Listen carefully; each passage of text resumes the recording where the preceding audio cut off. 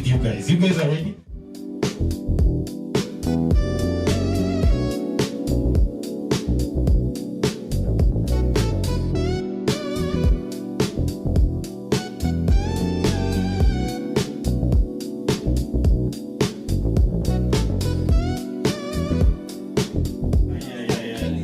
Violet makofi tafadhali akikuja. Let's give Violet a round of applause akikuja tafadhali. Let's clap for Violet as she comes. Tusimame tafadhali. Let's be standing on our feet. Let's be standing on our feet. We need to receive Violet as she gives us an open view, an open ticket into this event officially.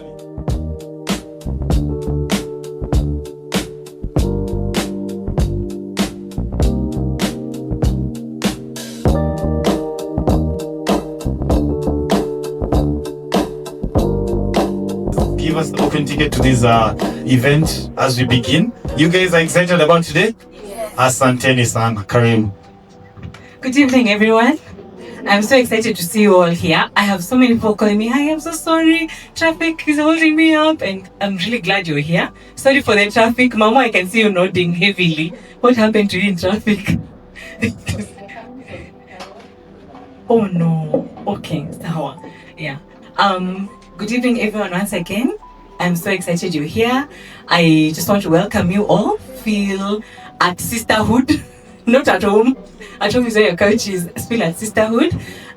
This is a night where we celebrate the strides that we've taken in 2025.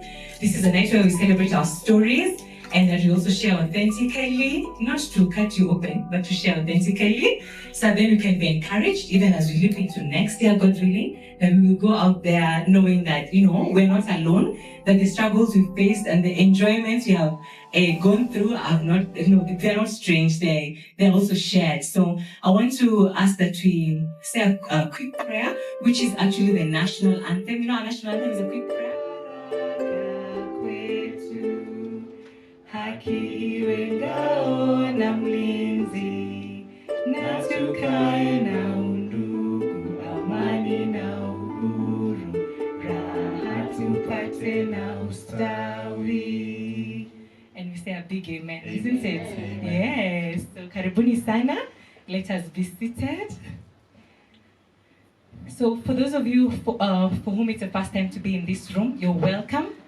This is a space that we have curated, and we continue to host it every 3 or 4 months, depending on the season. This is a space for connection, where we break down the silos.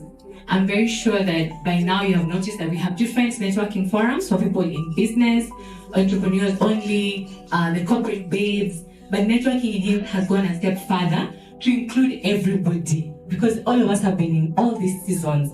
The season where you're in between roles, you don't know, am I pivoting? What's happening? Our company has shut down. Do I still belong anywhere? Because again, we identify with the spaces that we're in. If you're an insurance person, all the forums for insurers, and suddenly you're no longer in that industry. Where do you belong? You're new in town and you're thinking, okay, I could go meet people in the bars, in the branches, but then hardly will you get the kind of conversation you're looking for that is like-minded. So this is also that place. A lot of people who are new in Nairobi, this is a spot they come and, they thrive, We found people who are just starting out in business and they're like, oh my God, I could use a few customers every day.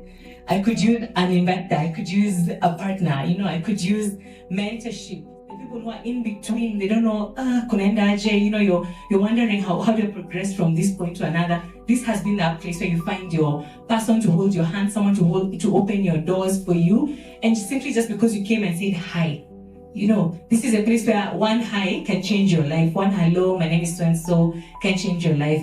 And so that's what we're excited to do tonight. Once again, yet again, for another time, for the umpteenth time. And every time I see people coming through, I know this space works. This is a place where people have made friends. I've seen WhatsApp groups forming out of this place, and they even go on trips without me.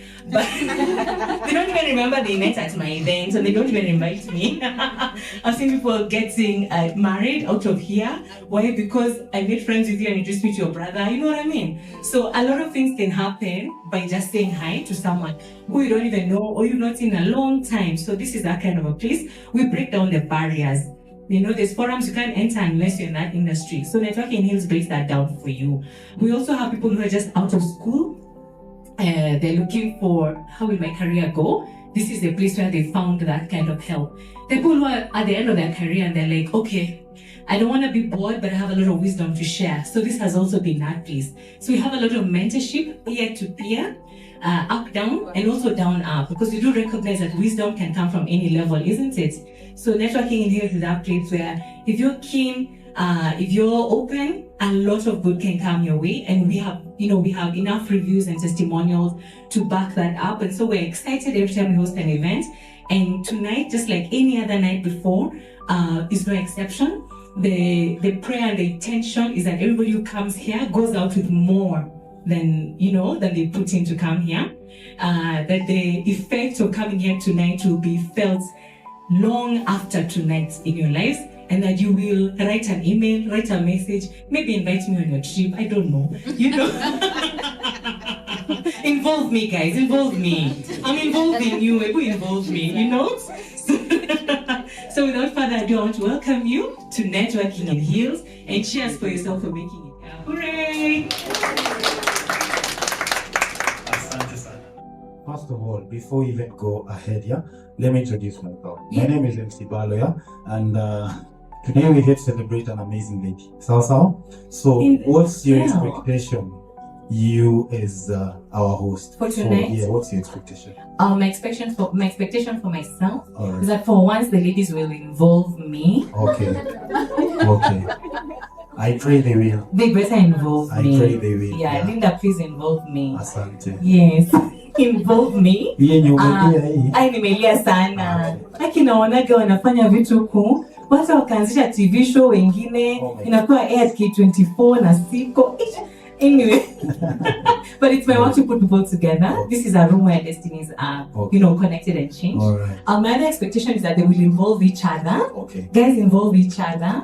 I see some sweet people over there sitting by themselves. That's Paula. I see Carol sitting by herself. Guys involve each other. Yes. Yeah, involve each other. A lot of things could change just because you involved each other. Yes. And the other expectation I have is that we will have a wonderful time. We'll have wonderful dinner. There's 7 course buffet.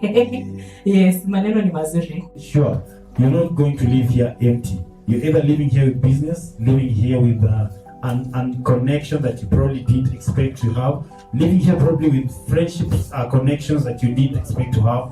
You're living here a millionaire. Amen? Hey, you're a millionaire. Okay, so a billionaire. You're living here a billionaire.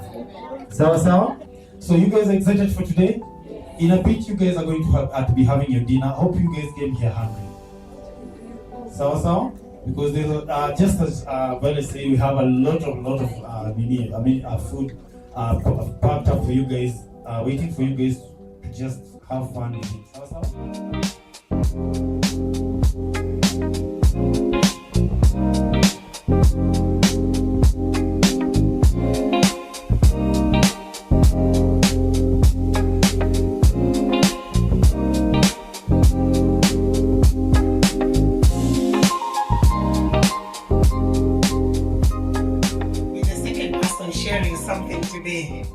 But program switched a bit, and to adapt, I just feel you need to break in strides and stories.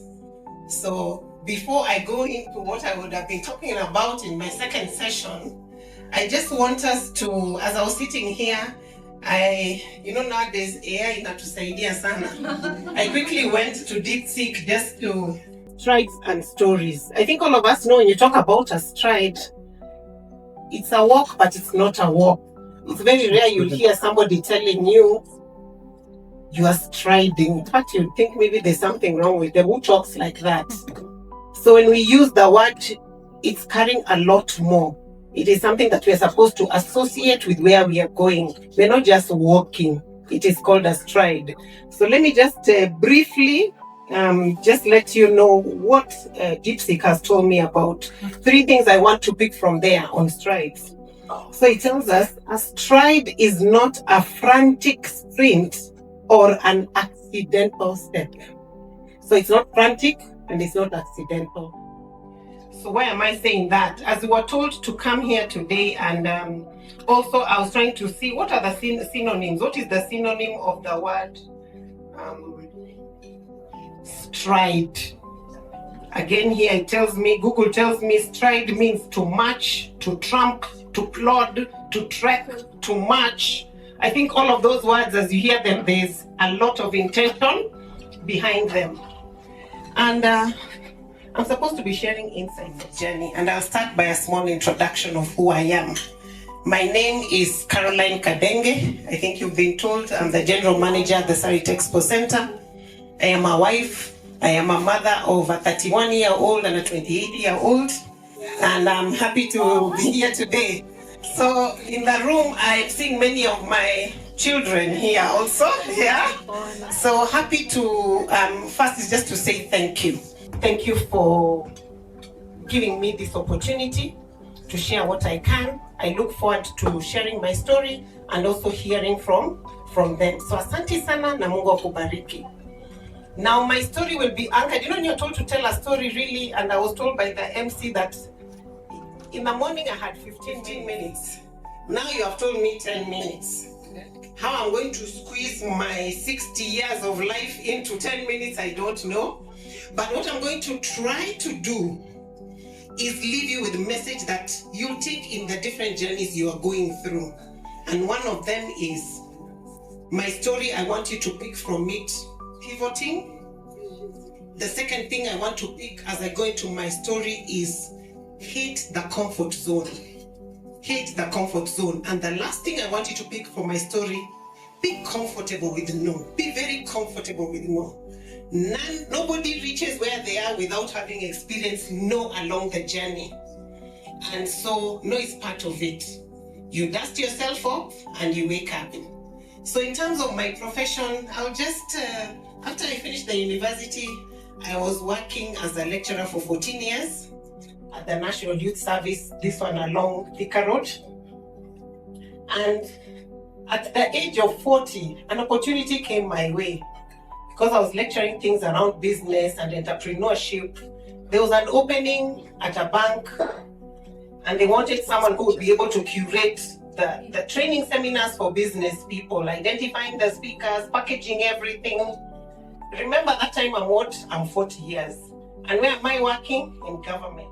The college that I was teaching at, I talked to the deputy, and there's a way my lessons were done. So I would go to my lectures on Monday and Tuesday, and I could appear now the next week again, Monday and Tuesday. Yeah, I said, no, instead of me coming every day, just squeeze all my lessons. I come for 2 days. So obviously, if I'm 40 years old, my character has formed, hasn't it? I'm like, end month ikifika, if it's that my 10K, I'll get it. I'm comfortable. I don't sleep hungry. So why rock the boat? Why rock the boat? I can stay government. Kwanza hakuna those threats. You know, when you're going to private sector, always there's something over your head of, I don't know, downsizing. I don't know, performance, you know, all those things. So even in government, yes, I used to sign something for performance, but we were all performing, if I can put it that way. Yeah. So I'm like, no. But mufuko pia inaletanga shida. So I'm very comfortable where I am. But the pocket, of course, I could do with a lot more things. And I was told to send in my CV. I sent it. I went for the interview, and then it came my way. And I remember the only thing that was reading in my mind when I got the offer letter was, nilikuwa naangalia tu the money. Because I was thinking, this money they are going to pay me is like the loan I used to come to take from them. Because you know how government salaries are. Now it's better. This is many years ago. Okay, punguza kidogo DJ. Punguza kidogo. All right, I found out family finance for families. Thank you. I got it right, yeah? So you're tipping me. How can you be in finance and you're not tipping me? Hi, ladies and gentlemen. Wow, so where do I start my story? I just remembered when Carol was speaking, I had a similar experience. When I got married, it was the same. My parents used to live, I would say, down the street from where I live. And that's where he came and got me from. So after I got married, I used to do the same thing. Now I have a very small yellow car. And then I think there were like very few yellow cars. So I would park my car outside my parents' house, and then I'd go inside, chill, relax, then go back to my house.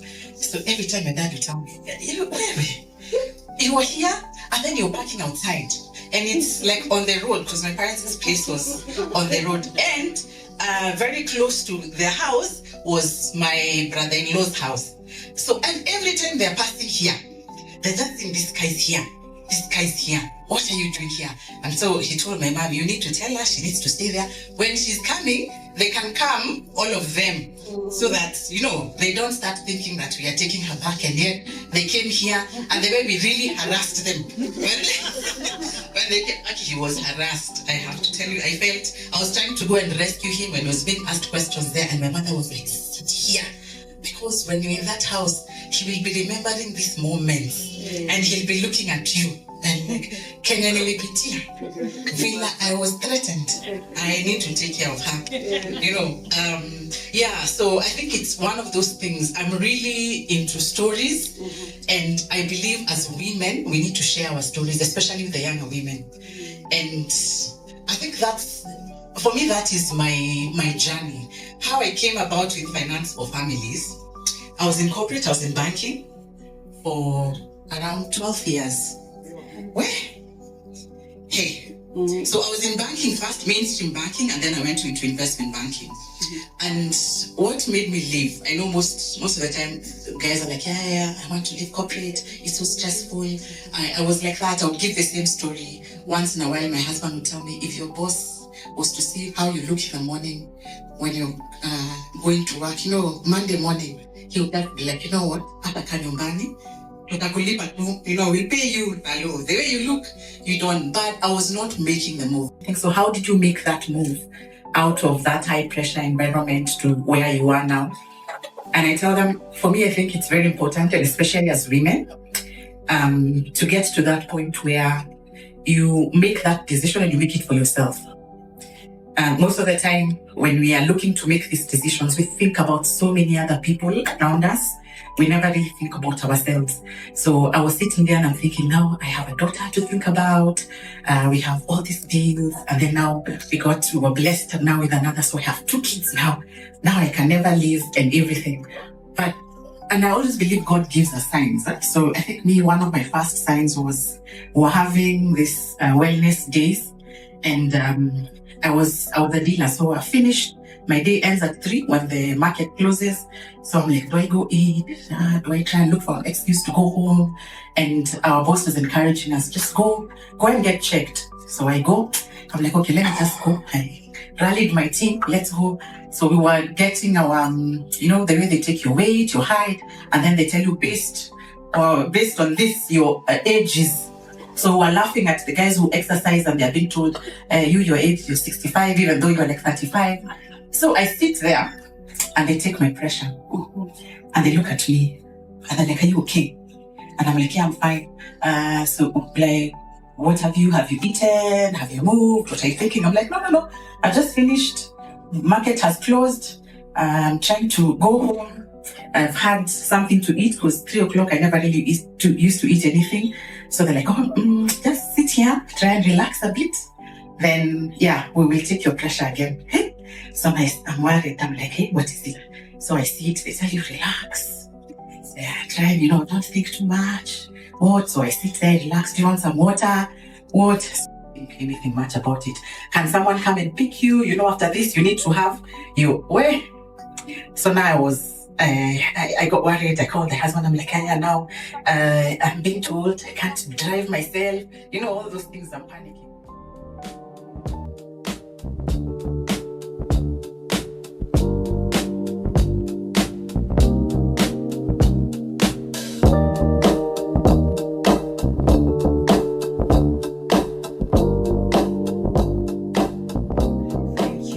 Thank you so very much. I'm truly honored and I'm truly privileged to be here this evening. Sincere apologies, I ran late. We had an event at Thika that just took so long, and I'm so grateful that I finally got time to come to this side of town, and traffic wasn't making it easier. But I'm truly, truly grateful and truly privileged to be here this evening with you. And what the MC has been saying is true. It's true. You all look lovely and incredible. And I want to honor the two ladies who've been here, Linda, Caroline. What incredible nuggets. Yeah? We already have enough. I have already decided how late can I be to be investing with my children. So I must be seeing Linda, and thank you so very much for the incredible inspiration. Approaching 60 and she looks like, we all came into this world created by God to know him and to let him known by others. Simple and clear. If you do that and you go back to your maker, then you did what you were meant to do when you came here. To know God and to make him known. And then why I love the theme for tonight, the stories and strides, is because God gives each one a unique story. And it's the story that shapes your calling, the gifts, the passion, that's what truly shapes your calling. And it's what gives you direction. And then the assignment, which is your day-to-day, and I could trace, the three of us have worked at some point at the banking sector, and then we then get different kinds of assignments. And you can tell, where Caroline is now serving, where Linda is now serving in the finance and families. It's very specific, the assignment that you're given. So it's always very clear to clarify those three things so that you don't get mixed up. The purpose, the calling, and the assignment. And each one fits to the purpose. So truly honored, Violette, for having us come and share. And as per my story, when Violette invited me, I put about 10 nuggets together that I will weave through my story that I'd love to share with you. So what happened is that I happened to handle a fraudulent transaction unknowingly. And that fraudulent transaction led to my being maliciously arrested. And then I ended up, after being maliciously arrested, I ended up being wrongfully prosecuted, and it led to a wrongful incarceration. Now, let me piggyback back a little bit. At the time of the wrongful arrest, the arresting officer said to me that, "Madam, I know you did not commit this crime, but if you give me 1 million shillings at this particular time, I'm going to drop this case." Now, when you know your values, it becomes very easy to make a decision. Because that's the other thing. If you do not know your values, that's when you start negotiating with people that you meet, and then you start negotiating whether you're going to drop your values or whether you're going to be led, to whatever negotiations that they are asking you to get involved in. So my answer was a categorical no, without even thinking twice about it. So from that malicious arrest, he then now proceeded with the wrongful prosecution, because he knew I hadn't committed the crime. This prosecution took about 2.5 years in and out of court. So at this particular time, now I've been terminated from work. My banking career is gone. So I'm wondering, so what else will I do, now that this career has come to an end? And I actually didn't think it would go all the way to the wrongful incarceration. So at that particular time, now I'm beginning to ask myself, when we're done with all this, how am I going to begin rebuilding myself? But unfortunately, now I can say this as God would have it, I didn't get justice at that particular time. And as we were nearing sentencing, he says to me, "You now need to pay me 5 million shillings so that you can get justice." And again, I said no. But at this particular time, I had started getting fearful because I had started to see how the criminal justice system works. And to Caroline's point around your circles, if I didn't have a circle that was keeping me in the right narrow, doing the right thing, It's at that particular time that I'd have easily bowed down to do the wrong thing. Because my friends actually say to me, the way the criminal justice system works is you bribe and then you get your way out. Like, what is this thing you're trying to do here, the right thing? But my dad said to me, time passes. And this is where I learned, never make permanent decisions because of a temporary situation. You know, when people say, I want to commit suicide, that's a permanent decision on a very temporary issue. Seasons change. Sometimes you're in the valley, sometimes you're at the mountaintop. But sometimes we make permanent decisions on very temporary situations because you think you will never navigate through this huge mountain that seems like it's just come to finish.